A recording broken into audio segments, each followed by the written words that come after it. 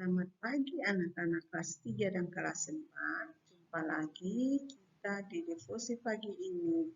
Nah, hari ini Ibu Lina yang akan membawakan devosi pagi.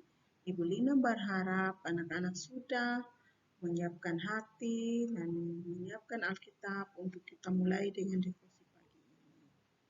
Nah, sebelumnya Ibu Lina mau mengajak kita untuk masuk di dalam doa pembuka. Ya, mari kita berdoa.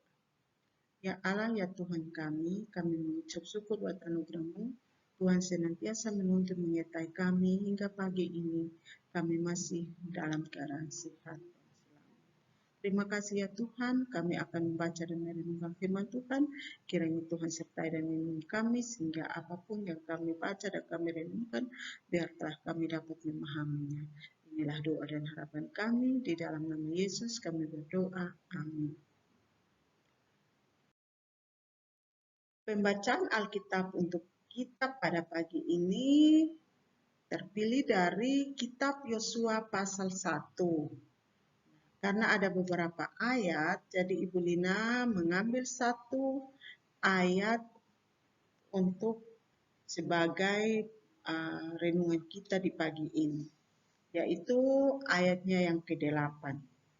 Demikian bunyinya, janganlah engkau lupa memperkatakan kitab Taurat ini, tetapi renungkanlah itu siang dan malam, supaya engkau bertindak hati-hati sesuai dengan segala yang tertulis di dalamnya, sebab dengan demikian perjalananmu akan berhasil dan engkau akan beruntung.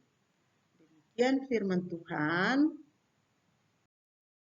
Di sini Ibu akan menjelaskan tentang isi cerita Alkitab kita di pagi ini ya. Yang pertama itu kita lihat dari awal masa kepemimpinan Yosua. Di sini awalnya itu adalah ketika Musa tidak diperbolehkan untuk memimpin Israel masuk ke Kanaan dan dia sudah meninggal, maka pekerjaan kepemimpinan itu dilanjutkan. Nah, dilanjutkan ini adalah oleh Yosua. Tuhan sudah mempersiapkan Yosua, Tuhan sudah memilih Yosua untuk menggantikan Musa. Ya, jadi itu kita bisa dapat lihat di pembacaan kita hari ini di Yosua pasal 1 ayat 1 dan ayatnya yang kedua. Jadi Tuhan yang memilih Yosua untuk menjadi pemimpin Israel. Dia juga melengkapi Yosua agar Yosua dapat melakukan dia punya tugas dengan baik. Nah, jadi di sini berulang kali Tuhan mengatakan kepada Yosua, dia menguatkan dan meneguhkan hatinya, karena tidak ada satu pun musuh yang dapat mengalahkan dirinya. Ya, Tuhan bilang, intinya itu kamu berpegang teguh kepada firman Tuhan. Tuhan akan melindungi Yosua, ya, karena Tuhan yang memilih dia. Nah, yang kedua, itu daerah perjanjian yang Allah berikan kepada Yosua. Itu kita dapat bacanya di ayat yang ketiga dan ayatnya yang keempat. Ya, jadi di situ ada tertulis daerah-daerah yang sudah Tuhan janjikan untuk Yosua bersama-sama dengan bangsa Israel mendudukinya. Dan yang ketiga adalah firman Tuhan yang memberikan jaminan untuk kemenangan Yosua dengan bangsa Israel ini supaya mereka dapat menduduki daerah-daerah yang sudah Tuhan janjikan kepada mereka. Ya, jadi semua keberanian Yosua itu harus berasal dari imannya bahwa Tuhan menyertai dia. Maka Yosua akan teguh hatinya bukan hanya ketika menghadapi musuh-musuh Israel, tetapi juga ketika menghadapi keinginan-keinginan jahat dari bangsa Israel sendiri. Jadi kalau orang Israel mau mengikuti jalan mereka sendiri, maka Yosua harus tetap bersandar dan berpegang teguh kepada firman Tuhan. Yosua harus merenungkan firman Tuhan setiap hari. Ya, bukan ketika saat mau berperang baru dia mendekatkan diri kepada Tuhan, tapi di sini Tuhan menegaskan bahwa dia harus tetap merenungkan firman Tuhan setiap hari. Ya, nah, sehingga firman Tuhan itu dapat tinggal di dalam hatinya dan memberikan kepadanya kekuatan yang berasal dari iman. Karena dari sini, maka Yosua akan percaya kepada firman Tuhan yang disampaikan kepadanya, maka dia akan segera masuk di dalam panggilan Tuhan atas dirinya. Dia akan tahu bahwa Tuhan yang memimpin dia, Tuhan yang akan memilih dia, Tuhan yang akan memimpin dia untuk melawan musuh-musuh. Ya, nah, yang keempat itu tentang menaati pemimpin kita. Ya, anak-anak, kalau kita mau lihat di sini Yosua benar-benar taat kepada firman Tuhan, taat kepada Tuhan. Karena Yosua yakin dan di dalam firman Tuhan itu sudah dikatakan bahwa Yosua harus kuatkan dan teguhkan dia punya hati.